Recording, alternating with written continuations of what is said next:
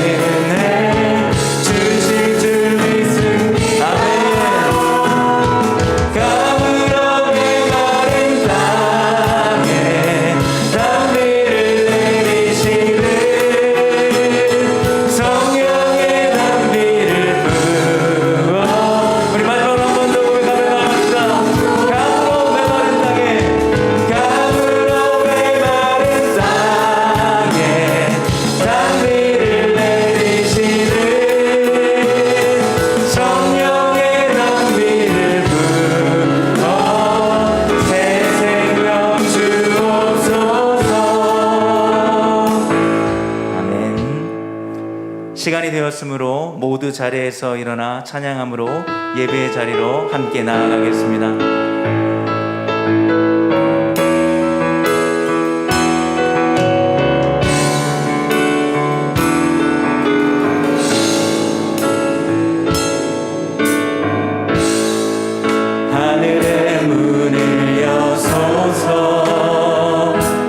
이곳을 주목하소서.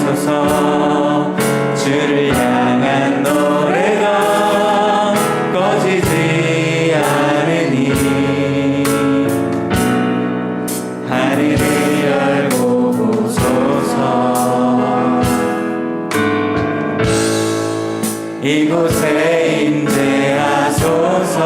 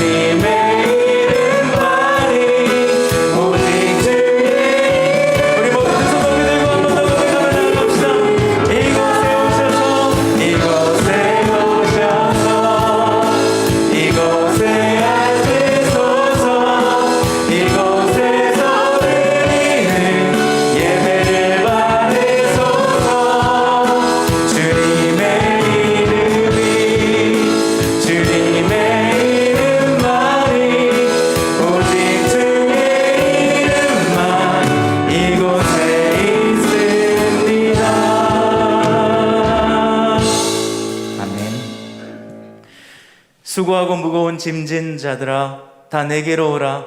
내가 너희를 쉬게 하리라. 나는 마음이 온유하고 겸손하니 나의 멍에를 메고 내게 배우라.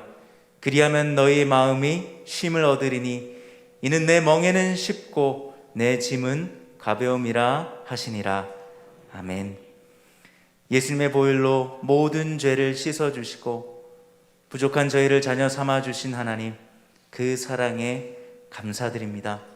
오직 주님만이 우리의 힘이시요 능력이시요 구원의 뿌리 되심을 고백합니다. 성령께서 우리에게 감동을 주사 이전보다 더욱 주님을 사랑하게 하옵소서. 전심으로 주님의 발자취를 따르며 예수님의 온전한 성품을 닮아가길 원합니다.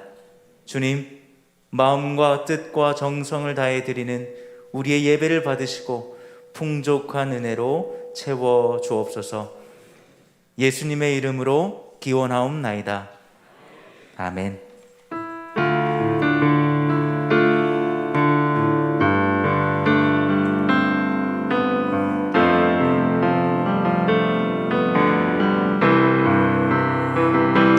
주의 거룩하심 생각할 때 주의 크신 사랑 느낄 때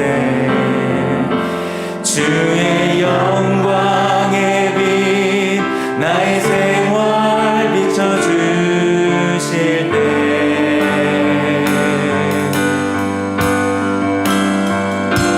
주가 주신 기쁨 맛볼 때에 주의 사랑 속에 나 잠길 때 주의 영광의 빛 나의 생활 비춰주실 때 경배하리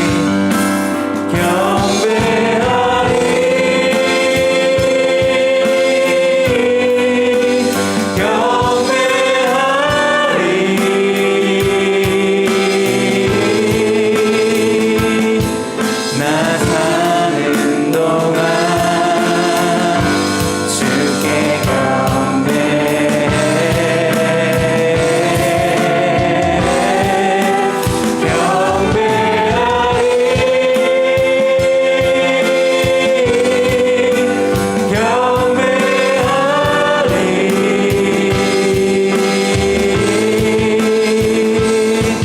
나 사는 동안 주께 경배. 우리 전부 다 마음을 담아 고백하며 나아갑시다. 주의 거룩하심 생각할 때 주의 거룩하심 생각할 때 주의 크신 사랑 느낄 때 주의 영광의 빛 나의 생활 비춰주실 때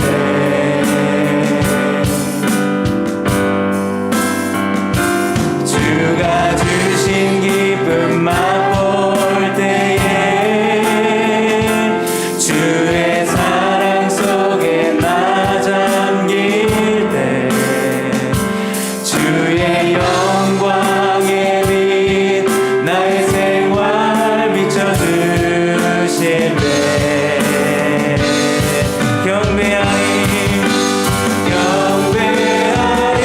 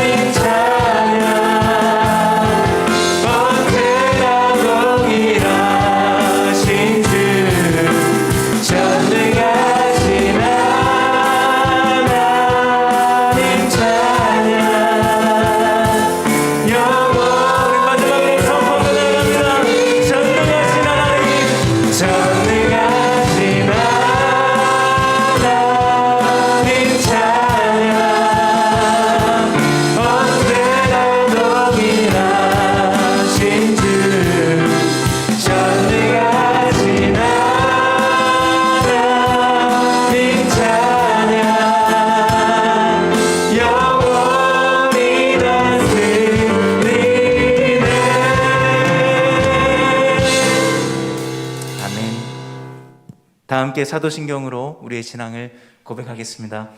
나는 전능하신 아버지 하나님 천지의 창조주를 믿습니다. 나는 그의 유일하신 아들 우리 주 예수 그리스도를 믿습니다. 그는 성령으로 잉태되어 동정녀 마리아에게서 나시고 본디오 빌라도에게 고난을 받아 십자가에 못 박혀 죽으시고 장사된 지 사흘 만에 죽은 자 가운데서 다시 살아나셨으며 하늘에 오르시어 전능하신 아버지 하나님 우편에 앉아 계시다가 거기로부터 살아있는 자와 죽은 자를 심판하러 오십니다. 나는 성령을 믿으며 거룩한 공교회와 성도의 교제와 죄를 용서받는 것과 몸의 부활과 영생을 믿습니다. 아멘. 이 시간 우리를 대표해서 민정식 장로님께서 기도 인도하시겠습니다.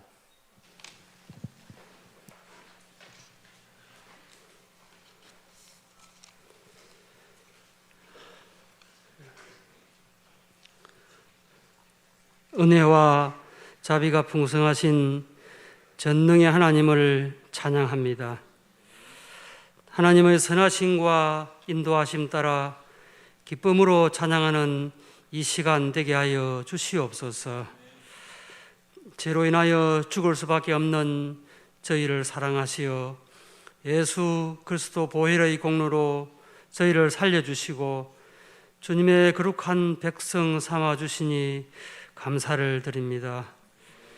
이 시간 저희들 마음과 뜻과 정성을 다해 하나님을 경배하오니 기뻐 받아 주시옵소서. 아버지, 이 세상을 돌아볼 때에 하루하루가 빠르게 이루어져 가고 생각할 계럴도 없이 세상은 변화되고 있어 가끔씩 어떻게 하여야 할지 막막할 때가 있습니다. 아버지 하나님, 하지만 이럴 때일수록 저희들 오직 우리 하나님만 잠잠히 바라보며 시대와 상황을 분별하는 지혜를 다하여 주시옵소서. 우리의 삶은 절대적인 기준은 오직 하나님 말씀의 진리에 삶의 가치를 두고 주님만 의지하며 살아가게 하여 주시옵소서. 아버지, 코로나로 인하여 어려운 우리 성도님들 주님 함께하여 주시옵시고 여호와의 손이 짧아지지 아니하였으므로 주의 능력 의지하며 힘을 얻게 하여 주시옵소서. 또한 코로나로 인하여 불가항력적인 악에서 우리 성도님들의 안전을 지켜주시고 한 사람도 실족되지 않도록 은혜를 더하여 주시옵소서. 아버지, 저희들이 하나님 말씀에 순종하고 서로 사랑으로 섬김을 다할 때 성령의 능력이 충만케 되는 줄로 압니다. 우리를 통하여 주의 역사가 일어나게 하여 주시옵소서. 아버지, 이번 주 목요일 수능일입니다. 그동안 우리 학생들과 학부모 교사들이 주야로 기도하고 공부하며 준비하였습니다. 시험 당일 긴장하지 않고 좋은 날씨 주시고 그들의 마음과 심령에 하나님의 복을 더하심으로 평안한 가운데 시험을 잘 치를 수 있도록 은혜를 다해 주시고 그 앞날의 장래를 선하게 인도하여 주시옵소서. 점점 날씨가 추워지고 있습니다. 우리 어르신들의 건강을 지켜 보호하여 주시옵소서. 사랑의 주님, 이제 추수가 끝나고 익은 곡식을 창고에 드리는 시간입니다. 저희들이 지나온 시간들을 되돌아볼 때 하나님 앞에서 알곡처럼 살아왔는지 부끄럽기 그지없습니다. 사랑의 주님, 저희를 긍휼히 여기사 하나님의 사랑과 은혜로 말씀에 순종하고 하나님의 뜻대로 살아가게 하여 주시옵소서. 몸이 약한 우리 성도님들 눈동자같이 지켜주시옵고 치료하여 회복시켜 주시옵소서. 아버지, 이 시간 하나님의 말씀을 사모합니다. 우리 목사님 말씀을 전하실 때에 치유와 회복의 말씀 되게 하여 주시고 성령으로 충만케 하여 주시옵소서. 기도와 연습으로 정성껏 준비한 할렐루야 찬양대의 찬양을 기뻐 받아 주시옵소서. 이 시간 주의 자녀들과 영상 예배로 드리는 모든 분들에게 하나님의 은혜를 부어주시고 믿음으로 승리하게 하여 주시옵소서. 이 모든 말씀 예수님의 이름으로 간절히 기도드리옵나이다. 아멘.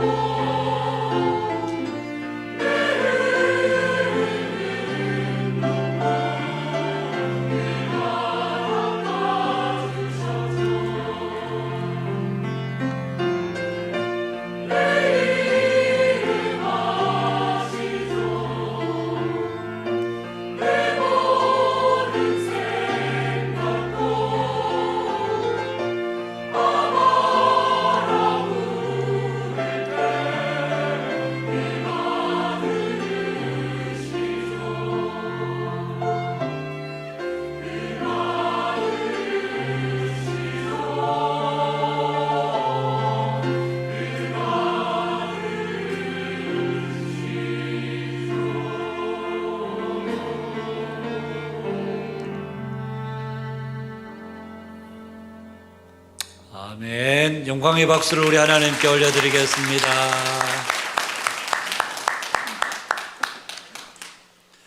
하나님의 말씀 신약성경 요한계시록 12장 1절에서 우리 6절 말씀입니다. 요한계시록 12장 1절에서 우리 6절 말씀 찾으셨으면 제가 봉독하겠습니다. 하늘에 큰 이적이 보이니 해를 옷 입은 한 여자가 있는데 그 발 아래에는 달이 있고 그 머리에는 12별의 관을 썼더라. 이 여자가 아이를 베어 해산하게 되매 아파서 애를 쓰며 부르짖더라. 하늘에 또 다른 이적이 보이니 보라, 한 큰 붉은 용이 있어 머리가 7이여 뿔이 10이라. 그 여러 머리에 7 왕관이 있는데 그 꼬리가 하늘의 별 3분의 1을 끌어다가 땅에 던지더라. 용이 해산하려는 여자 앞에서 그가 해산하면 그 아이를 삼키고자 하더니 여자가 아들을 낳으니 이는 장차 철장으로 만국을 다스릴 남자라. 그 아이를 하나님 앞과 그 보좌 앞으로 올려가더라. 그 여자가 광야로 도망하매 거기서 1260일 동안 그를 양육하기 위하여 하나님께서 예비하신 곳이 있더라. 아멘. 우리 옆 사람들 가면 인사하실까요? 반갑습니다. 사랑합니다. 축복합니다. 우리 인사 들어가십시다. 어느 목사님이 어느 날 옷장을 열어보니까 바구니가 있고 그 바구니 속에 계란이 3개가 들어있고 그 옆에 돈이 200만 원이 놓여 있더랍니다. 그래서 아니 집사람이 왜 이 옷장에 계란을 바구니에 계란을 넣어두었을까 이상하게 여기고 아내를 불러서 물었답니다. 여보, 이게 옷장에 왜 계란을 이렇게 넣어두었어? 그러니까 그 사모님이 한숨을 푹 쉬면서 하시는 말씀이 당신이 매주일 강단에 올라가서 설교할 때마다 죽을 쓰는 날 계란을 하나씩 모아서 이 옷장에 담아 두었다는 겁니다. 그 이야기를 듣고 목사님이 굉장히 흐뭇해했습니다. 왜냐하면 죽을 쓴 게 3번밖에 안 되니까 야, 내가 그동안 죽을 쓴 게 3번밖에 안 되는구나 그래서 생각 흐뭇해했는데 그러면서 목사님이 그러면 이 200만 원 돈은 뭐야? 그러니까 30개가 모이면 한 판을 만들어서 팔고 또 한 판 만들어서 팔고 그 판 돈이 200만 원이라는 거예요. 계란 한 판에 30개씩 제가 앉아서 계산을 해봤습니다. 그럼 몇 번을 죽 섰을까? 예. 엄청 섰더라고요. 예. 계시록의 말씀을 매주일에 전하면서 벌써 11장 이래 마치고 12장이 오다 보니까 준비하면서 좀 마음에 약간 사실은 제가 부담 아닌 부담이 들었습니다. 야, 이건 너무 지겨운 거 아이가? 성도들이 또 너무 지겹지 않을까? 그런 생각도 들기도 하고 그런데 또 멈추기도 좀 그렇고 그래서 좀 그냥 하나님의 말씀이라 여기고 들으시면 좋겠다 그런 마음으로 말씀을 드립니다. 여러분 요한계시록을 보면 요한계시록이 이 요한계시록 전체를 분류하는 방법이 몇 가지가 있는데 첫 번째는 요한계시록을 환상으로 분류하는 방법이 있습니다. 화면 한번 보여주시겠습니까? 1장에서 5장까지는 7 교회와 천국의 환상, 그리고 6장에서 16장까지는 7 인과 7 나팔 7 대접의 환상, 그리고 17장에서 18장은 큰 성 바벨론의 멸망의 환상, 그리고 19장에서 마지막 22장은 거룩한 성 새 예루살렘의 환상. 환상으로 보면 이렇게 요한계시록을 1장에서 5장, 6장에서 16장, 17, 18 그리고 19, 22장 이렇게 나눌 수 있습니다. 그런가 하면 이렇게 환상으로 분류할 수 있는 방법이 있는가 하면 내용적으로 또 분류하는 방법이 있습니다. 내용적으로는 크게는 2부분으로 나눠지는데 1에서 11장까지는 교회가 지상에서 당하는 고난과 사단의 추종자인 불신 세계가 받을 심판, 그리고 교회의 구원과 승리를 예견하는 내용으로 1장에서 11장까지가 되어 있습니다. 그리고 12장에서 마지막 22장은 그 고난의 원인이 어디에 있으며 어떻게 처리되었는지, 사단과 그의 화신인 짐승과 음녀가 어떤 심판을 받게 되는지, 마침내 교회가 어떻게 승리하게 되는지, 이런 내용들로 크게 요한계시록은 기록이 되어 있습니다. 여러분 이런 맥락에서 보면 이제 오늘 12장은 계시록의 이제 후반부의 시작이라고 할 수 있습니다. 그 후반부의 시작의 첫 장면은 바로 사탄과 하나님의 교회, 영적 싸움이 그 현장이 바로 오늘 이 1장에서 읽은 1절에서 6절까지 읽은 말씀의 내용입니다. 여러분, 우리가 성경을 보면 왜 사탄은 교회와 이렇게 싸우려고 했을까? 이유는 한 가지입니다. 그리스도가 두려웠기 때문입니다. 그리고 또 하나는 그리스도가 이 땅에 오심으로 이 세상의 어둠의 나라의 통치가 끝나기 때문에 그렇습니다. 여러분, 제가 계시록을 말씀드리면서 여러 번 말씀을 드렸습니다만 우리는 지금 이 세상의 마지막 때를 살고 있습니다. 이 마지막 때는 평안한 때가 아니고 안전한 때가 아니고 지금 사단이 어떤 의미에서 마지막 심판을 앞두고 최후의 발악을 하는 때입니다. 그러니까 영적 공격들이 그 어느 때보다도 심한 때가 바로 오늘 우리가 지금 살고 있는 이 시대, 바로 우리가 매일매일 접하고 있는 삶의 현장이라는 얘기입니다. 여러분, 사단은 계속 하나님의 교회와 성도들을 공격합니다. 여러분, 오늘 우리가 당하는 크고 작은 모든 어려움, 전부가 다 사단의 공격이다, 그렇게 말할 수는 없지만 그러나 상당 부분 영적 공격들인 것도 사실입니다. 어느 목사님이 그렇게 말씀하신 것을 들었습니다. 자신은 교회에 중요한 일을 앞두고 있을 때마다 그동안 평소에 늘 건강했던 사람이 갑자기 몸이 잘 안 좋아지고 그리고 힘들어지고, 교회에서도 보면 교회가 아주 중요한 일을 앞두고 성도들 간에 시험에 들고 어려움이 생기고 그러면서 교회가 분위기가 어수선해지게 되는 이런 일들을 몇 차례 겪으면서 도대체 왜 이럴까? 그렇게 생각해보고 나름대로 내린 결론은 이게 영적 어둠의 영의 공격들이 있구나. 자신은 그렇게 그 사역이나 자신의 삶을 정리했다는 얘기입니다. 여러분, 오늘 우리가 영적으로 좀 민감해야 될 필요가 있습니다. 예수님은 베드로에게 이렇게 말씀하셨습니다. 시몬아, 시몬아, 사단이 밀 까부르듯 너를 청구하였노니. 밀 까부르듯 너를 청구했다는 것은 사단이 집요하게 너를 물고 늘어졌다는 말입니다. 겟세마네 동산에서 예수님은 제자들에게 마지막으로 당부하시면서 1시간도 시험에 들지 않고 깨어서 기도할 수가 없더냐, 1시간도 깨어 있을 수 없더냐, 시험에 들지 말고 깨어서 기도하라, 그렇게 제자들에게 말씀하셨습니다. 베드로 사도도 역시 마귀는 지금 우는 사자처럼 삼킬 자를 두루 찾고 있는 시대가 오늘 저와 여러분이 살고 있는 이 시대라고 그렇게 말씀하고 있습니다. 여러분, 사단은 매일매일 우리를 생각으로, 우리의 감정으로, 영적으로 공격을 해옵니다.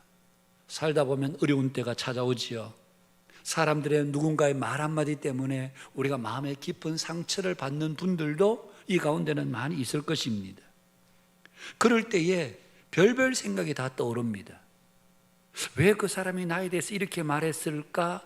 부터 시작해서 생각에 꼬리를 물고 계속해서 생각을 확장하면서 자기도 모르게 마음이 다운이 되고 영적으로 침체가 되고, 여러분, 이 모든 것이 사실은 보이지 않는 영적 공격일 때가 없지 않아 있습니다.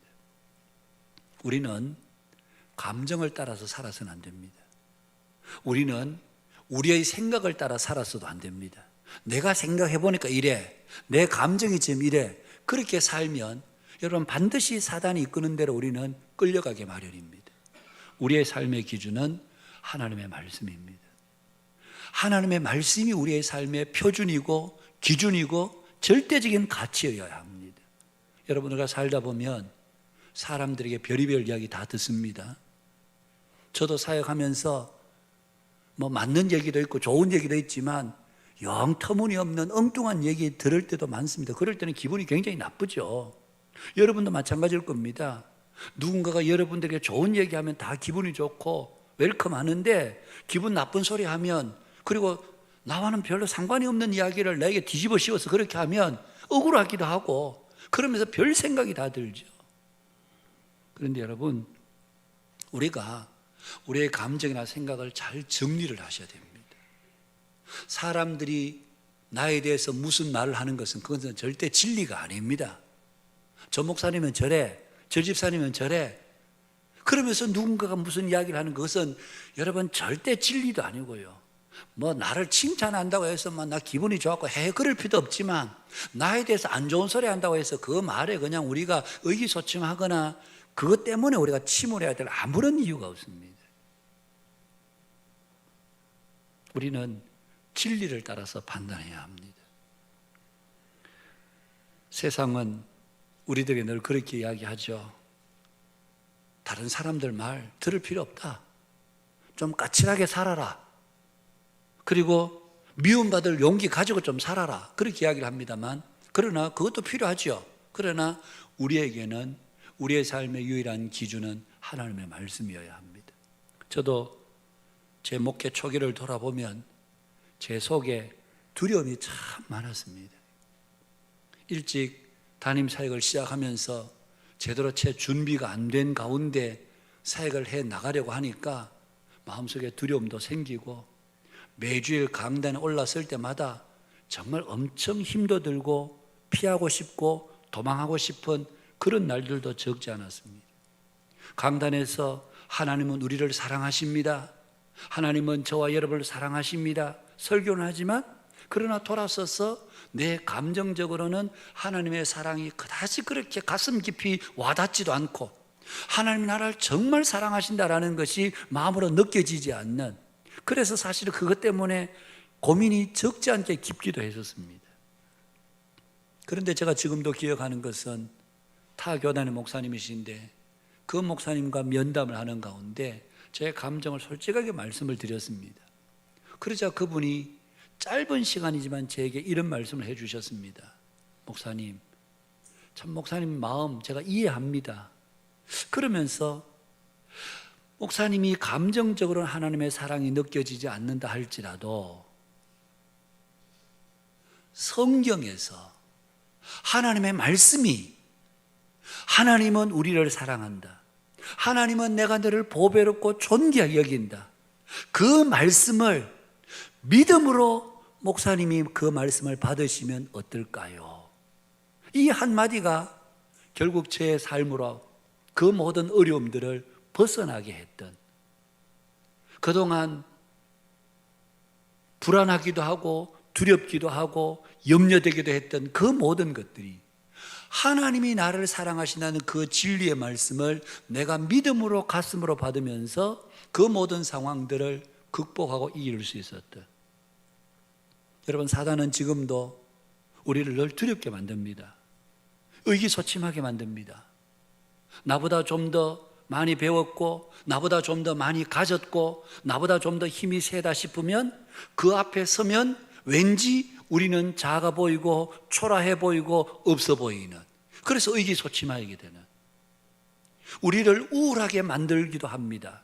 사단은 우리로 하여금 낙심하게도 만들기도 합니다. 여러분, 사단은 지금도 계속해서 끊임없이 우리의 감정을 공격하고 우리의 생각을 공격해 옵니다. 그래서 우리는, 여러분, 이 모든 감정의 공격, 내 속에 그냥 막연하게 우울한 감정이 들어오고 막연하게 그냥 막 사람이 처지면서 마치 이게 내가 좀 폐잔병처럼, 그럴 때에 여러분, 우리가 붙들고 우리가 의지하고 나아야 될 것은 바로 하나님의 말씀인 것입니다. 누가 뭐라고 그래도, 누가 이 사람 어떻네 저 사람 어떻네 당신이 이렇네 저렇네 말해도 하나님은 나를 사랑하시고, 나는 진리의 말씀을, 하나님의 말씀에 근거해서 내 감정을 다스릴 줄 아는, 그게 바로 영적 공격에 대한 최선의 방어라는 얘기입니다. 사랑하는 성도 여러분, 지금도 우리에게, 오늘 어제도 우리를 공격했고 오늘도 내일도 모레도 계속해서 영적 공격들은 끊임없이 이어집니다.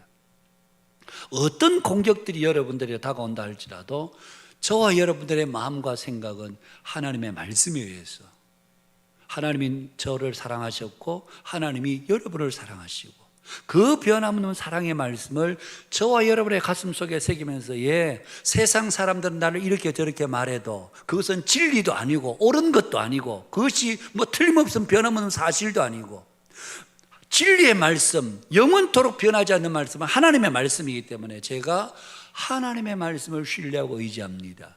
그러면서 우리가 잠을 들 수 있어야 된다는 얘기입니다. 하나님의 진리의 말씀이 여러분들의 영적 어떤 공격 앞에서도 능히 승리하는 하나님의 강력한 무기가 저와 여러분들의 심령에 충만하기를 주님의 이름으로 축복합니다. 이제 오늘 우리가 읽은 본문을 보시면 하늘에서 영적 전쟁이 벌어집니다. 1절 말씀에 보니까 하늘에 큰 이적이 보이니 해를 입은 옷 입은 한 여자가 있는데 그 발 아래는 달이 있고 그 머리에는 12별의 관을 썼더라. 정말 상상만 해도 눈부신 모습 아닙니까? 해를 옷 입고 달을 신을 신고 별 관을 썼다고 합니다. 우리가 해를 정면에서 볼 수 있습니까? 눈부셔서 볼 수가 없습니다. 이렇게 그냥 상상만 해도 눈부신 이 여인이 과연 누구인가? 우리는 이 여인이 그리스도신가? 그렇지 않습니다. 그리스도가 아닙니다. 오늘 여기에 해를 옷 입고 있고 달신을 신고 있고 12별의 관을 쓰고 있는 이 여인은 누군가? 바로 오늘 저와 여러분인 바로 교회를 의미하는 것입니다. 여러분, 해를 옷 입고 있다는 것은 교회의 영광을, 달을 발로 밟고 있다는 것은 교회의 권세가 얼마나 놀라운가를, 12별의 면류관을 쓰고 있다는 것은 교회의 무궁한 영광을 상징하는, 바로 하나님께서 교회를 이렇게 보신다는 말씀입니다. 오늘 세상은 교회를 영광스럽게나 아름답게 보지 않습니다. 오히려 조롱과 비난의 대상으로 여깁니다. 개독교라고 그러기도 하고요, 교회를 마치 이 사회의 청산의 대상 정도로 여깁니다. 그러나 하늘의 관점에서 보면 교회는 믿어지지 않을 만큼 영광스러운 곳이 바로 교회라고 성경은 말씀합니다. 사랑하는 여러분, 오늘 여러분은 이 예배 자리에 나오면서 과연 어떤 생각을 가지고 오셨습니까? 여러분, 세상의 눈으로 교회를 절대로 보지 마시기를 바랍니다. 세상이 교회를 비난한다고 해서 우리도 그 비난에 대열에 서서 교회를 함부로 판단하거나 교회를 함부로 비난해서는 안 됩니다. 물론 교회 안에는 부족하고 연약한 모습들이 많이 있습니다. 실망스러운 모습도 있습니다. 그럼에도 불구하고 교회는 소중합니다. 우리 때문이 아니라 우리 안에 계신 그리스도 때문에 사실 이 교회는 소중하지 않을 수가 없습니다. 가끔 보면 교회에 대해서 세상 사람들은 그렇다 치더라도 교회 안에 믿는다고 하는 신자들조차도 교회를 함부로 얘기하는, 우리 교회는 이래서 틀렸고 한국 교회는 이래서 틀렸고 그러면서 교회를 막 비난하는, 여러분, 이 교회는 주님의 몸입니다. 그렇게 함부로 막 비난하는 것은 주님의 몸을 난도질하는 것이나 마찬가지입니다. 마치 그렇게 교회를 비난하면 내가 의식 있는 지식인처럼, 의식 있는 개혁자인 것처럼 그렇게 생각하는, 그건 대단한 착각입니다. 여러분, 교회 안에는 주님도 더 잘 압니다. 주님도 우리가 부족한 것도 알고 우리가 모자라는 것도 알고 연약한 것도 아십니다.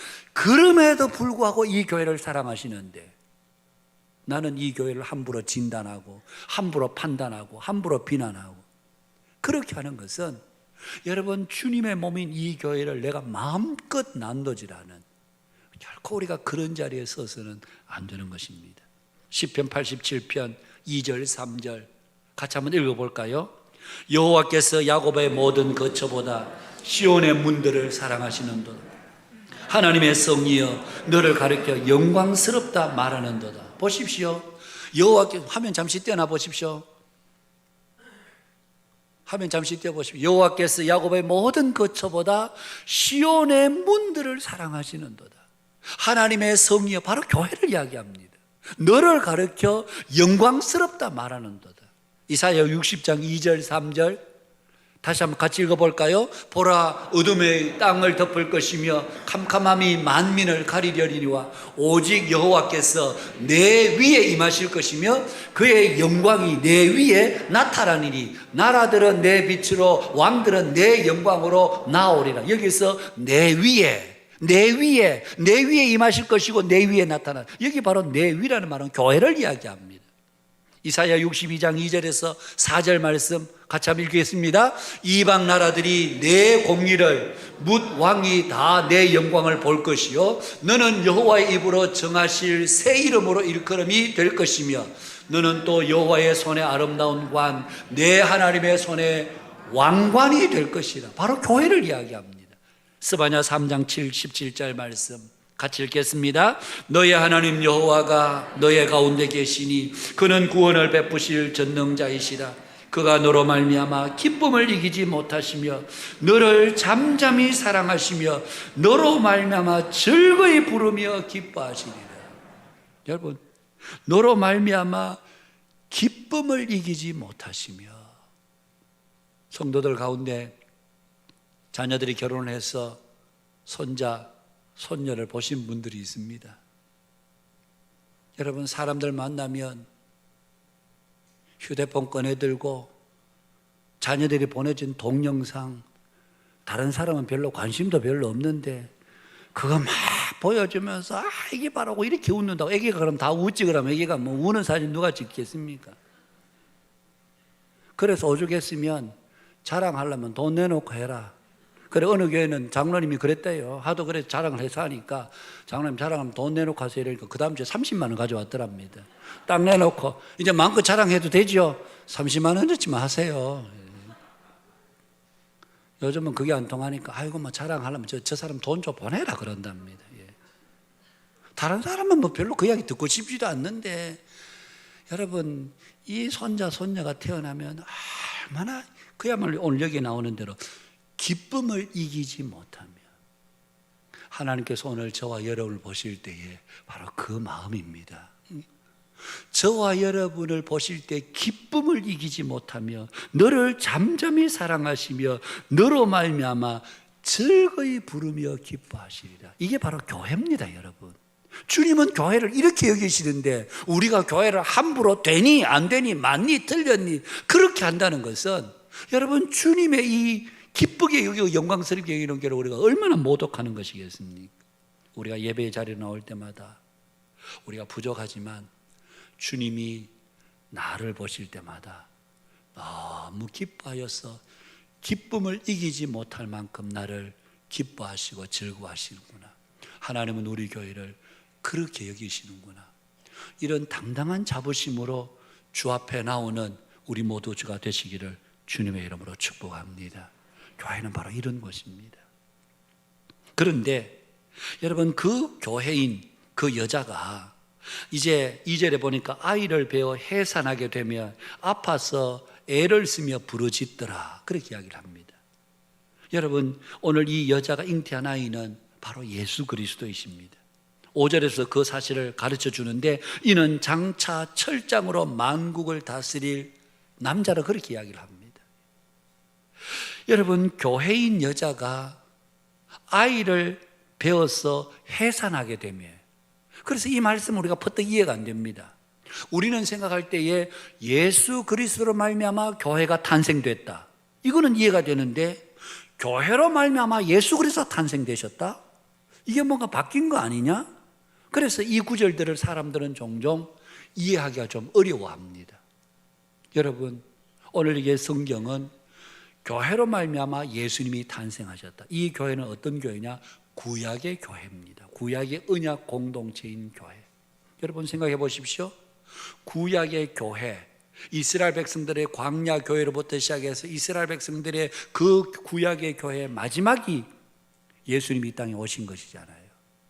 그래서 교회로 말미암아 예수님이 탄생하셨다, 그렇게 이야기를 하는 겁니다. 실제로 우리가 구약 성경을 보면 이스라엘을 여러분 잉태한 여인으로, 해산하는 여인으로 비유한 구절들이 많이 있습니다. 그 중에 대표적으로 한 구절만 본다면, 여러분 이사야 26장 17절 말씀, 여호와여 잉태한 여인이 산기가 임박하여 산고를 겪으며 부르짖음같이 우리 주 앞에서 그와 같으니이다. 이런 구절들이 성경에 많이 있습니다. 여러분, 구약의 이스라엘 백성들의 그 끝자락이 오신 예수님 메시아가 되시는데, 구약의 이스라엘이 오신 예수님을 여러분 잉태하기까지 구약의 교회는 많은 고난과 아픔을 겪었습니다. 그들이 잘못할 때 하나님은 아수르를 통해서, 바벨론을 통해서 징계하셨습니다. 그렇게 구약의 교회는 때로는 고초를 당하고 때로는 어려움을 당하고 그 때로는 징계를 당하면서도 끝까지 그 믿음을 지켰던 그 결과가 여러분 2000년 전에 이 땅에 오신 예수님입니다. 오늘 이 말씀이 우리들에게 가르쳐 주고자 하는 바가 뭔가 하면, 그러면 구약의 교회로 말미암아 예수님이 오셨다면 예수님으로 말미암아 이제 신약의 교회가 시작이 됐고, 그리고 이 신약의 교회가 끝까지 믿음을 지키고 인내함으로 지키는 그 결과가 예수님의 재림, 다시 오시는, 구약의 교회를 통해서 예수님이 초림하셨다면 이제 신약의 교회를 통해서는 예수님이 재림하시는, 그런 의미에서 보면 구약의 교회가 끝까지 믿음과 인내를 지켰던 것처럼, 인내로 그 믿음을 지켰던 것처럼, 오늘 신약 교회 역시 다시 오실 예수님을 기다리면서 끝까지 그 믿음과 믿음으로 인내함으로 믿음을 지키는, 이것이 바로 오늘 신약 교회가 감당해야 될 사명이라는 말씀입니다. 여러분, 고난 없는 영광 우리에게 있을 수 없습니다. 오늘 우리는 모든 일들을 다 쉽게 하려고 합니다.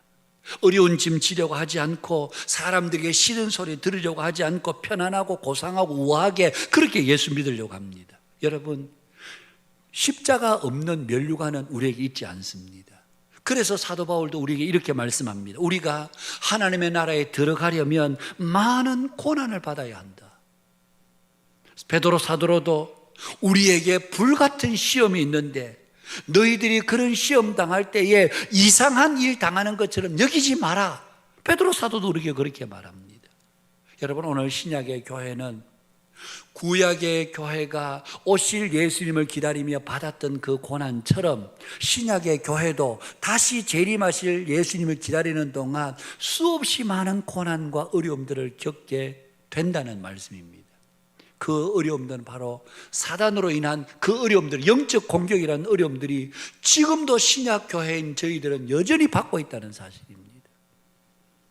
여러분, 우리에게 다가오는 시험은 여러 가지가 있습니다.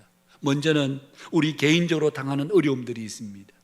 예수 믿는다는 이유 때문에 직장에서 어려움 당하는 분들이 적지 않습니다. 동료들에게 보이지 않는 견제를 당하고, 또 대놓고 우리 면전에서 우리를 비하하고 우리를 폄훼하는 그런 동료들도 있습니다.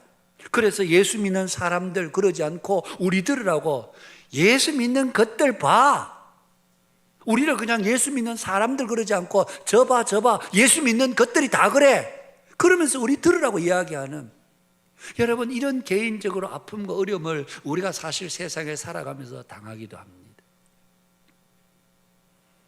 한 직장에 있으면서 예수 믿는 것 때문에 어떤 때는 물과 기름처럼 잘 섞이지 못하는, 우리도 그들처럼 가서 술 한 잔 같이, 우리는 그렇게 할 수도 없고 그들이 노는 방식으로 놀 수도 없고, 그러니까 그들이 볼 때는 좀 이질감이 느껴져. 그러면서 우리를 괜히 멀리하고, 그러면서 여러 가지 불이익을 당하는 것도 우리 성도들 가운데, 직장인들 가운데 없지 않아 분명히 있습니다. 바로 예수 믿는 것 때문에 우리가 당하는 어려움이라고 말할 수 있습니다. 그런가 하면 교회적으로 당하는 어려움도 있습니다. 복음 전도가 계속해서 방해를 받고 있는 것입니다.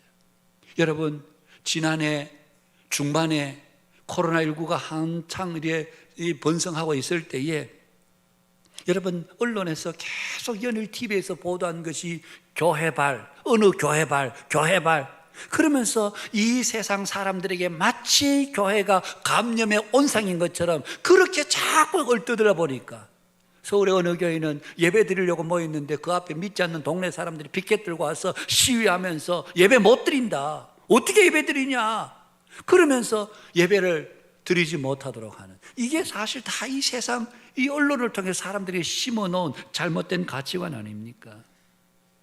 지난주에도 사실 저희 교회에 고등바위 하나, 또 초등바위 3명 확진이 돼서, 그래서 지난주부터 시작해서 우리 고등부 교사들, 아이들 전체, 그 다음에 또 초등학교 2부에 나왔던 애들, 교사들 전체 다 검사를 받았습니다. 이 아이들이 우리 교회 와서 그렇게 된 게 아니고 학교에서, 학원에서 요즘은 무차별로 당하기 때문에 걔들도 자기들이 감염된지 몰랐던 거예요. 그래서 이제 교회를 온 겁니다.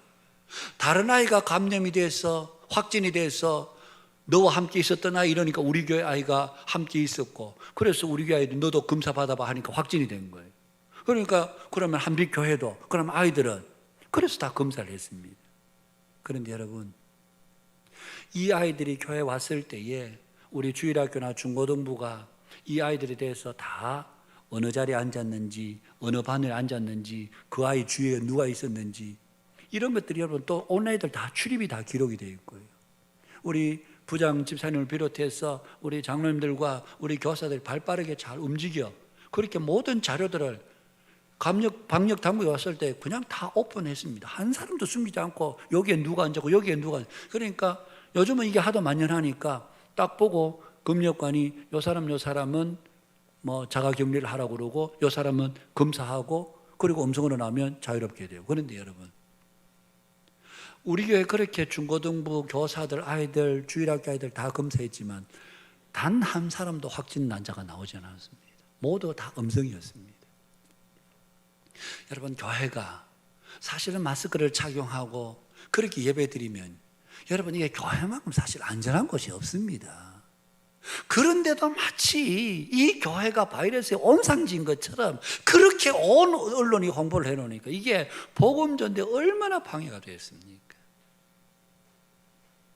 지난 주간 한 가지 기쁜 소식이라고 그럴지 모르겠습니다만은, 여러분, 그동안 차별금지법이 다른 이름으로 싹 바꿔서 성평등법, 이래서 몇몇 의원들이, 국회의원들이 발의를 했잖아요.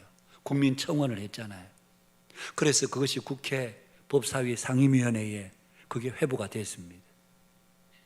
그런데 여러분, 43초 만에 그 국회 법사위원장이 이번에 5가지 안건에 대해서, 그 중에 이제 성평등법이 들어있었습니다. 5가지 안건에 대해서 원래는 지금 너무 시간이 없기 때문에 이 안건은 2024년 5월 29일까지 연장합니다. 땅땅땅 43초 만에 끝나버렸습니다. 그래서 저쪽에서는 난리가 났습니다. 국민청원을 받은 것을 국회의원들이 이렇게 함부로 처리되느냐, 공청회 한번 하지 않고 이렇게 처리되느냐 난리가 났지만, 그러나 2024년 5월 20일까지는 이 안건은 무기한 연기합니다. 다루지 않습니다. 그렇게 결론이 났습니다. 여러분, 교회를 복음 전도를 둘러싼 온갖 방해 공작들이 우리가 살고 있는 이 세상에 여전히 존재하고 있습니다. 여러분, 교회에 대한 공격은 외부에서만 있는 게 아닙니다. 우리 내부적으로도 있습니다. 가면 갈수록 사람들이 복음에 대해서 점점 무관심해집니다. 예전에는 가난하고 어려울 때, 춥고 배고플 때는 정말 하나님 붙들고 믿음이 아니면 살 수 없다고 생각했는데, 이 시대가 가면 갈수록 이제는 점점 더 신앙의 색깔이 옅어지기를 시작했습니다. 사람들의 관심이 점점 멀어집니다. 기도의 자리도 점점 멀어지고 예배 생활도 점점 멀어지는 것이 여러분, 오늘 우리가 부인할 수 없는 우리들의 모습이기도 합니다. 실천적 무신론적 신앙, 이러면 예수 믿는다고 하는데 그 내용을 들여다보면 예수 믿는 흔적이 없는 영적인 안일함, 세속적 가치관, 이런 것들이 교회 안팎으로 무차별적으로 지금 들어와서 여러분, 교회를 신앙의 근간을, 뿌리를 막 흔들어대고 있는 그런 시대에 오늘 저와 여러분들이 살고 있습니다.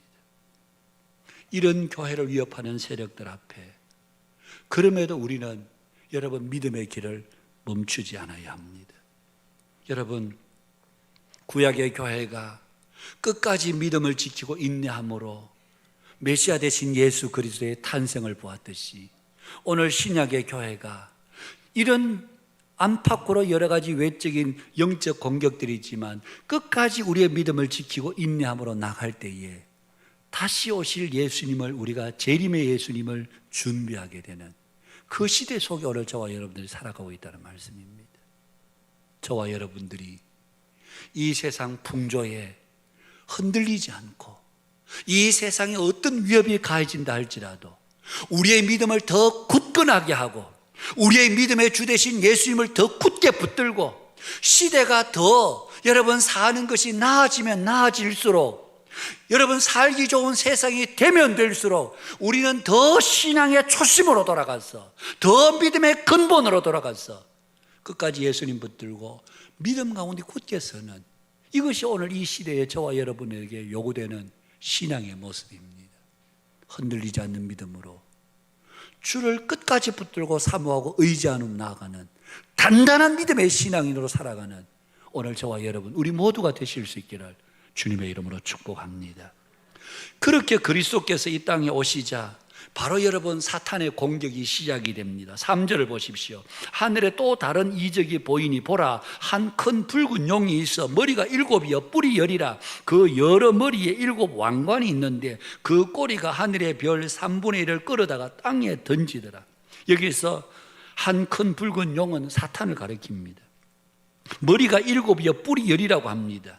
여기에서 7머리는 능력과 지식을, 그리고 10뿔은 파괴력을, 7면류관은 권위에 대한 욕망을 상징하는 것이라고 할 수 있습니다. 사탄이 그 머리에 7면류관을 섰다 할지라도 그것은 승리의 면류관이 아니라 사실은 가짜 승리를 흉내내는 거짓 모조품일 뿐입니다. 그런데 문제는 바로 용이 해산하려는 여자 앞에서 그가 해산하면 그 아이를 삼키고자 하더니, 여러분 해산하는 여자, 이 해산하려는 여자 앞에서 그가 해산한 아이는 바로 예수 그리스도입니다. 그러니까 용은 사탄인데 사탄이 교회가 낳으려고 하는 그 예수님을 해산하면 삼키려고 붙들고 딱 기다리고 있는, 여러분 역사 속에서 이런 일들이 있었죠. 바로 가인을 통해서 여러분 아벨이 살해된 사건, 아벨을 죽임으로 말미암아 거룩한 계보의 실을 잘라버리려고 하는, 출애굽기에 나오는 애굽의 바로가 이스라엘 백성들 중에 사내 아이를 낳으면 모두가 다 나일강에 던져서 죽게 하는, 이것 역시 거룩한 계보를 오실 장차 오실 예수님의 그 삭을 잘라버리려고 했던 신약시대에 여러분 헤롯이 동방으로부터 온 박사들의 얘기를 듣고 그 즈음에 태어난 모든 사내 아이를, 예루살렘 근방에 태어난 사내 아이를 다 살해했던 이 모든 것이 다 여러분 오실 메시아를 살해하고 그 삭을 자르려고 하는 그런 시도가 역사 속에 분명히 있었습니다.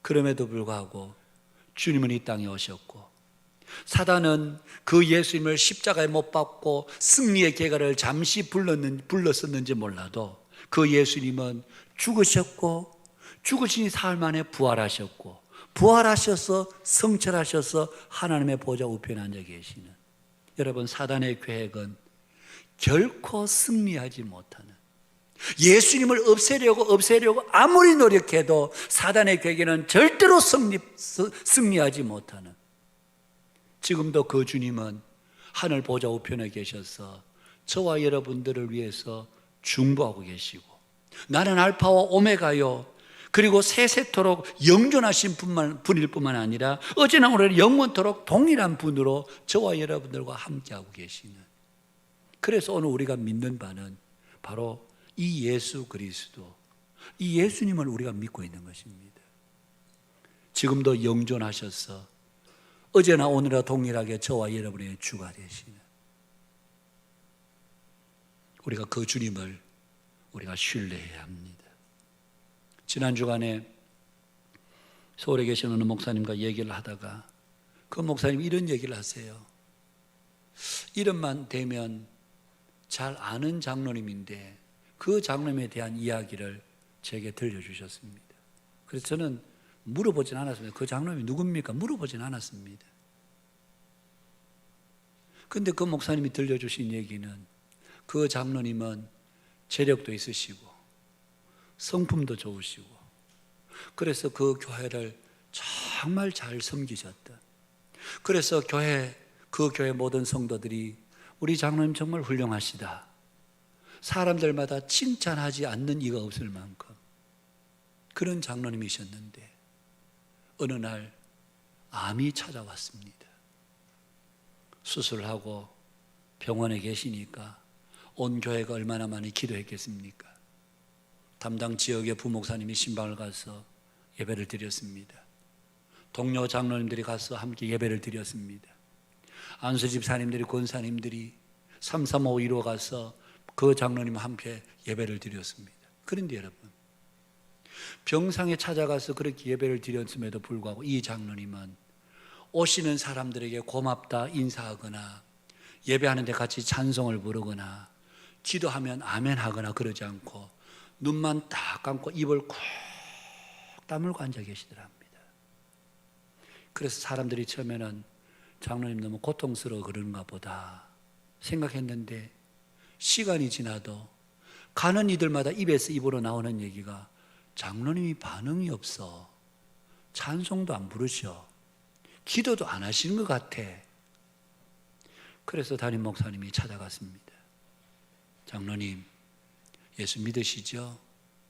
하나님 살아계신 걸 믿으시죠? 예배합시다. 기도합시다. 그러면서 목사님이 예배를 인도해도 장로님은 찬송 한 장 안 부르고 눈만 딱 감고 입을 꽉 다물고 있다. 장로님을 위해서 간절히 기도해도 아멘도 하지 않으시나. 그래서 이 목사님 생각에 이상하다. 장로님이 예수 안 믿으시나? 그래서 어느 날 마음에 작심을 하고 병원에 가서 장로님 예수 믿으셔야 됩니다. 그러자 그때서 이 장로님이 눈을 번쩍 뜨면서 예수가 뭐가 필요 없어! 이러시더라는 거예요. 응? 목사님 얼마나 충격을 받았습니까? 여러분, 한평생 신앙생활 잘하는 것 같고 교회에서 존경받고 사람들의 칭송받는 것 같지만 실제 그 마음속에는 예수님이 그의 주가 되어 계시지 않는, 우리는 매주일마다 사도신경을 신앙으로 고백합니다. 나는 그의 유일하신 아들 우리 주 예수 그리스도를 믿습니다. 장사된 지 사흘 만에 죽은 자 가운데서 다시 살아나시며 하늘에 오르시어 전능하신 아버지 하늘 우편에 앉아 계시다가 거기로부터 살아있는 자와 죽은 자를 심판하러 오시는 분이십니다. 이 예수님을 저와 여러분이 굳게 믿으셔야 합니다. 우리의 신앙이 그냥 겉보기로 이루어져서는 안 됩니다. 저는 다 여러분들 신앙생활 잘하는 줄 압니다. 저는 그것은 겉보기입니다. 겉보기입니다. 여러분 속에 예수고 뭐고 필요 없는 분으로 신앙생활 한다면 여러분 그 신앙이야말로 그야말로 죽은 신앙이 아니고 무엇이겠습니까? 사탄은 지금도 여러분 우리로 하여금 예수 믿는 일들을 이렇게 방해하고 있습니다. 예수 믿는 사람들을 이렇게 방해하고 있습니다. 6절 말씀을 보십시오. 그 여자가 광야로 도망하며 거기서 1260일 동안 그를 양육하기 위하여 하나님께서 예비하신 곳이 있더라. 이제 예수님을 집어삼키려도 안 되니까 이 사탄이 하는 것은 바로 교회를 공격하는 겁니다. 그 여자가 바로 교회지요. 광야로 도망했답니다. 사탄이 하도 괴롭히니까 집어삼키려고 하니까 거기서 1260일 동안 있었다고 합니다. 1260일은 예수님이 다시 오는 그때, 앞에서 보았던 우리 42달 3년 반 예수님이 다시 오는 그때, 그게 바로 1260일, 주님이 다시 오실 때까지 어디에서 보호하셨나? 광야에서 보호하셨다. 그를 양육하기 위해, 바로 교회를 양육하기 위해서 하나님께서 예비하신 곳이 바로 광야였습니다. 여러분, 오늘 이 땅의 교회는 광야 같은 세상에 우리가 살고 있습니다. 여러분, 광야가 어떤 곳인지 아시죠? 먹을 것, 입을 것, 마실 것이 넉넉지 않는 곳입니다. 추위와 더위가 있는 곳입니다. 곳곳에 사나운 무서운 위협적인 존재들이 있는 곳이 바로 광야입니다. 그런데 하나님은 그 가운데서 주의 교회를 보호하신답니다. 그 가운데서 주의 교회를 양육하신답니다. 오늘 우리가 세상 가운데 그렇게 우리가 노출되어 있습니다.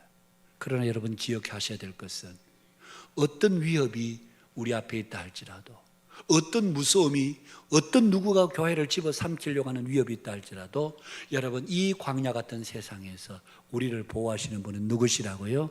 하나님이 우리를 보호하십니다. 하나님이 우리를 보호하십니다. 하나님이 이 땅의 교회를 보호하십니다. 하나님이 저와 여러분을 보호하시는 것입니다. 우리는 매일 광야 같은 세상 속에 살고 있습니다. 내일도 한 발짝만 나가면 광야 같은 세상이 우리 눈앞에 펼쳐집니다. 온갖 위협들이 존재하고 있습니다. 그러나 여러분 기억하십시오. 이 광야 같은 세상에서도 나를 보호하시고 사단의 먹잇감으로 내어주지 아니하시고 사단이 나를 마음대로 짓밟지 못하도록 항상 우리를 보호하시는 분은 우리의 주가 되신 영원하신 하나님이 저와 여러분들을 보고 계신다.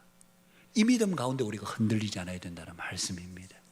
오늘 요한계시록 후반부를 시작하면서 바로 이 영적 전쟁을 보여주면서 어떤 영적 전쟁이 우리 눈앞에 펼쳐질지라도 우리를 궁극적으로 보호하시고 마침내 재림의 주님을 온전히 기다리고 사모하며 그 재림의 주님을 영광스럽게 맞이할 수 있도록 당신의 교회를 하나님께서 이렇게 보호하신다. 이 믿음, 이 확신 가지고 광야 같은 세상 가운데 나아갈 때에 흔들리지 않는 믿음으로 하나님의 생명사계 속에 보호를 받고 그 가운데서도 날마다 승리하며 나아가는 우리 한빛교회 모든 믿음의 교우들이 되실 수 있기를 주님의 이름으로 축복합니다. 기도하겠습니다. 감사합니다. 하나님, 오늘도 저희들에게 주신 말씀 기억하면서 사단은 예수님을 삼키려고 했고, 그리고 그것도 안 되니 교회를 삼키려고 하는, 그래서 그 여자가 광야로 도망하며 하나님께서 그 광야에서 1260일 동안 그곳에서 양육하셨던 하나님의 말씀을 오늘 저희들이 말씀을 통해서 보았습니다. 하나님, 교회는 지금도 여전히 광야 같은 세상에 존재하고 재림의 주님을 기다리면서 여전히 수많은 위협과 위기 속에 저희들이 살아가지만 오늘 말씀을 통해서 우리가 분명히 확신하게 되는 것은 그 가운데서도 변함없는 손길로 하나님께서 우리를 굳게 붙들고 계시고 보호하시고 생명사계 속으로 주님의 교회를, 주님의 백성들을 보호하신다는 진리의 말씀을 오늘 우리 마음 가운데 하나님의 음성으로 귀하게 들었습니다. 주님, 이 땅 가운데 살아갈 때에 흔들리지 않는 믿음으로 우리의 영원한 주가 되신 주님 붙잡고 믿음으로 승리하며 나아가는 한빛교회 모든 믿음의 교우들이 되게 하여 주시옵소서. 어떤 위협이 있다 할지라도 그 위협을 두려워할 것이 아니라 우리의 영원한 주가 되시는 주께서 함께하고 계심을 확신하고 담대히 나아가는 모든 믿음의 권속들이 되게 해 주시옵소서. 예수님 거룩하신 이름으로 기도하옵나이다. 아멘. 찬송가 242장입니다.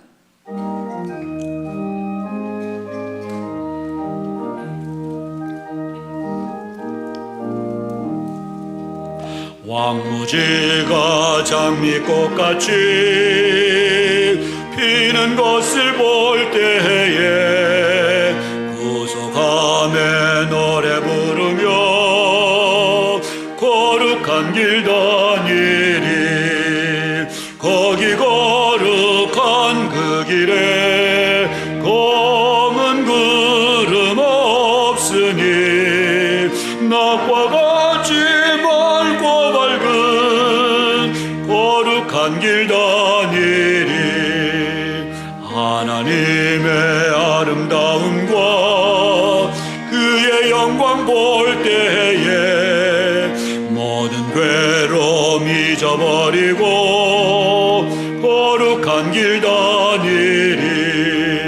거기 거룩한 그 길에 검은 구름 없으니 낮과 같이 맑고 밝은 거룩한 길 다니리.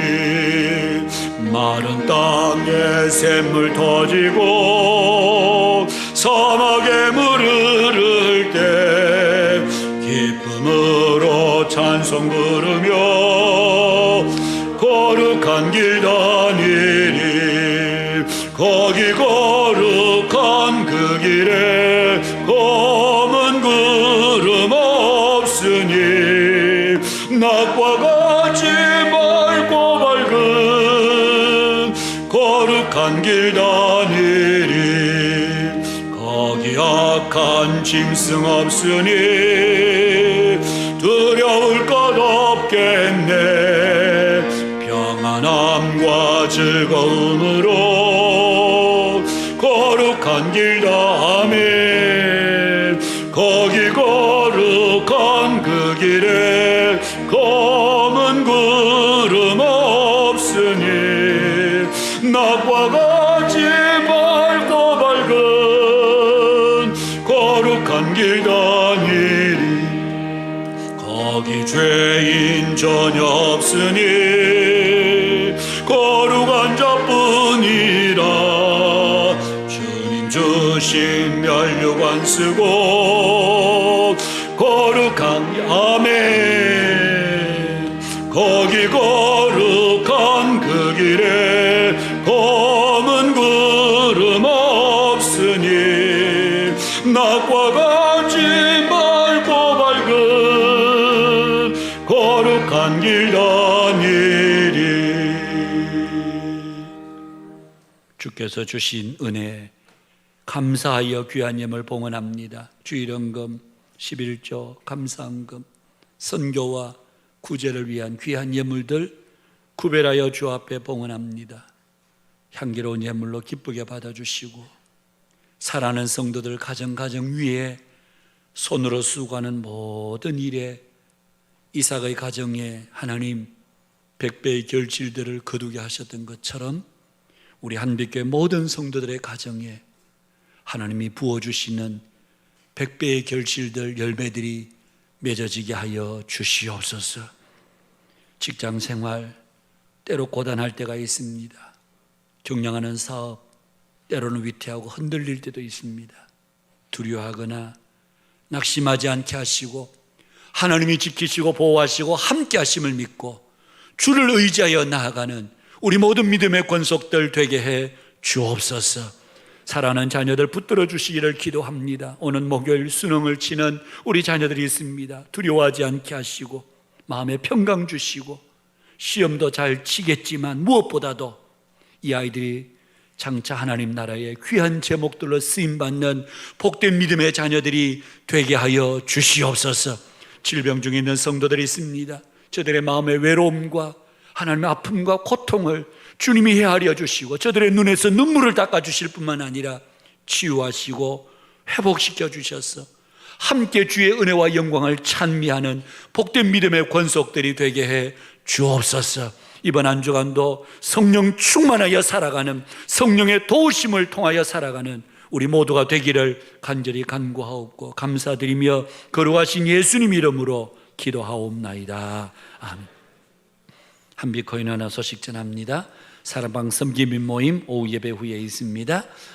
대입 수능생을 위한 기도회 오늘 18일 목요일입니다. 이번 주 목요일 날씨는 수능 한파는 없다고 그러는데 여러분 위해서 기도 많이 해주시기를 바라고요. 오전 8시 반부터 오후 4시 20분까지 아마 부모님들이 중심으로 나와서 기도할 텐데 여러분 성도 여러분들께서도 여러분들의 자녀들도 다 시험을 치른 경험이 있잖아요. 와서 1시간 30분이라도 같이 함께 기도해 주면 그 부모들에게 큰 위로가 되고 힘이 됩니다. 또 아이들 위해서 기도하면서 두려움 없이 또 시험도 잘 쳐야 되겠지만 아이들이 장차 하나님 나라의 귀하게 쓰임받는 복된 자녀들 되게 해 주시옵소서.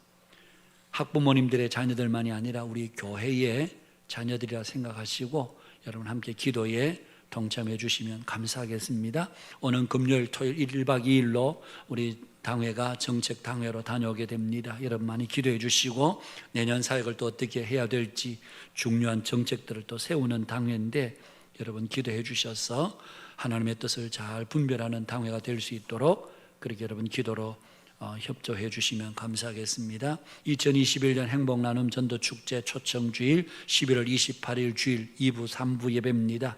간증은 우리 심선미 집사님 하시게 되는데 여러분 태신자도 지난주에 내어드린 그 용지에 적어서 우리 1층에 우리 함에 넣어주시면 좋겠고요. 그리고 극동방송 전도팀을 통한 전화복음 제시 일에서 아마 내일 방송을 오전부터 하는가 봅니다. 그래서 제가 내일 다른 시간이 없어서 오전 9시에서 10시까지 제가 1시간 진행하는 PD가 있을 테고 저는 이제 게스트로 가서 대담하면서 진행하겠죠. 제가 아주 큐시트를 못 받아서 잘 모르겠는데 그래서 제가 오전 9시에서 10시에 방송국에서 방송을 하게 됩니다. 그런데 중요한 것은 어제 이제 극동방송에 전화 와서 그 시간대 우리 한빛교회 교우들이 좀 많이 들어주시고 방송국에서 진행하는 대로 참여도 해주시면 좋겠다. 그러면서 참여하신 분들에게 분들 중에서 당첨이 되시는 분들에게는 거창 사과인지 얼음골 사과인지 몰라도 한 박스를 선물로 드린답니다. 예. 그래서 뭐 저 때문에 그 시간에 여러분 들을 필요는 없고요. 뭐 여러분들 참여하셔서 사과 받으시라고. 예. 그래 광고를 드리는 겁니다. 그래서 제가 내일 꼭 전달하겠습니다라고 이제 문자로 약속했기 때문에 그래 전달을 하는데 뭐 저 때문에 그냥 우리 목사님 나가는데 그럴 필요는 없습니다. 뭐 그럴 필요는 없고 여러분 함께 또 들으시면서 또 은혜 나누시면 좋겠다 싶습니다.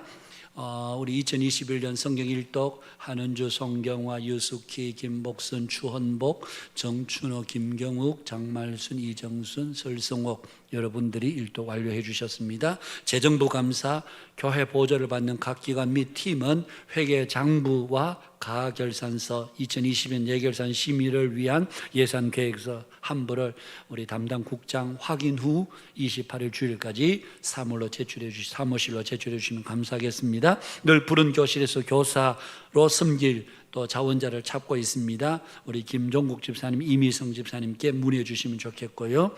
2022학년도 한비 유치원 원화 모집 여러분 보시고 몇 주 광고 드렸는데 주변에 아이들이 있으면 좀 이래 권해 주시면 감사하겠습니다. 한빛 2022년 신년호 원고 모집 21일 주일까지 접수는 우리 황구지 집사님께서 해주시면 감사하겠습니다. 11월 행사 계획표 거기 보시면 15일 날 내일입니다. 월요일 날 경남 은퇴 원로 목사 총회가 저희 교회에서 있습니다. 이번에 우리 원로 목사님 윤희구 목사님이 여기에 회장이 되시는데 여러분 많이 기도해 주시고 또 우리 경남에서 사역하시다 은퇴하신 우리 목사님들 이후의 삶이 더 아름답고 하나님 주신 평안 가운데 거하실 수 있도록 아마 서너 분 이래 되시는 것 같은데 여러분 많이 기도해 주시면 감사하겠습니다.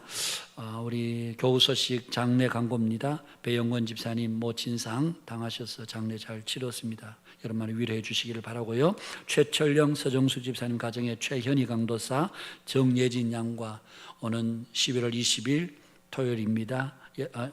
오는 20일입니다. 11시 20분에 미래 웨딩캐슬 5층 오페라홀에서 우리 원로 목사님 주례로 결혼 예배 드립니다. 여러분 많이 참석하셔서 축하해 주시면 감사하겠고요. 우리 정우철 정나리 집사님 가정의 정아린 지난주에 첫 출석해서 인사했습니다. 주보에 없는 광고입니다. 13여 3 사랑방의 박오김 집사님 모친상을 당하셨습니다. 그래서 위로 예배는 내일 월요일입니다. 오후 2시에 여기 한마음병원 장례식장인데 교회에서 1시 40분에 출발하려고 합니다. 또 여러분 혹시 시간 되시는 분들은 또 가셔서 또 상을 당한 가정 그렇게 위로해 주시면 감사하겠습니다. 다른 자세한 내용은 그리고 다음 주일은 우리 추수감사 주일입니다. 그래서 추수감사 봉투도 여러분 주보에 넣어드렸는데 한 주간 동안 기도하시면서 하나님 앞에 감사할 제목들 또 생각하시고 그래서 하나님 앞에 진심 어린 마음으로 감사하는 그런 시간들이 되실 수 있도록 여러분 기도하시면서 한 주간 준비해 주시면 감사하겠습니다. 다른 광고는 주보 참고하시면 좋겠고요. 다 함께 일어나셔서 폐회 찬양 함께 찬양하도록 하겠습니다.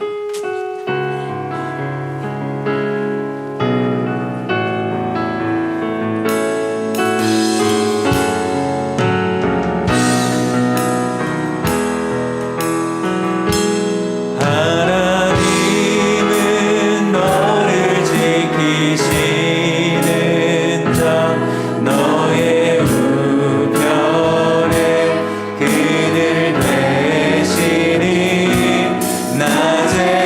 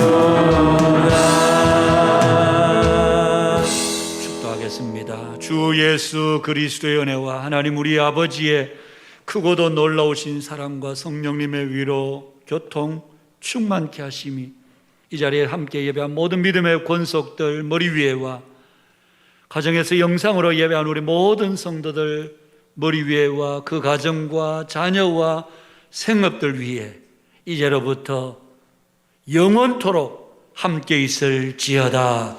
아멘.